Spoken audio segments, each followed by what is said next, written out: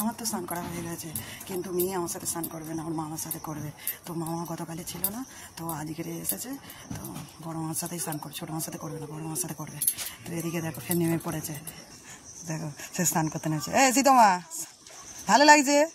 তো ও আমার সাথে করবে না, আমি তো নামি আর ডুবে উঠে পড়ি, সেই জন্য আমার সাথে নামবে না। আর ওর মামার সাথে এখন নামবে, আবার আজকের জুতো পরে নেমেছে। জুতোটা খুলে রাখো, মামার সাথে ঘুরবে বলে এখন থাকবে জলে অনেকক্ষণ ধরে, সাঁতার কাটবে, তারপর উঠবে। তো কালকের আসেনি বলে কান্না শুরু করে দিয়েছে। আজ ভালো লাগছে? এই পুকুরটা অনেক পুরানো পুকুর, তো আমরা ছোটোবেলা থেকে এই পুকুরটা সানকার জলটা খুব পরিষ্কার। আর শুধু এই বাঁশ গাছ আছে, এই বাঁশ গাছে কয়েকটা পাতা পড়ে, কিছু পাতা পড়ে, ঝড় হলে জল পুরো পরিষ্কার, একদম চকচকে জল। আর আমারও ভালো লাগে পুকুরে স্নান করতে। বাপের বাড়ি আসলে কলেও আছে, কলের জলে করি না, কিন্তু ওই পুকুরের জলে স্নান করি, ভালো লাগে আমার।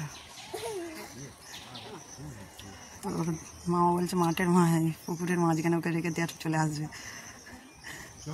এবার নিয়ে যাবে।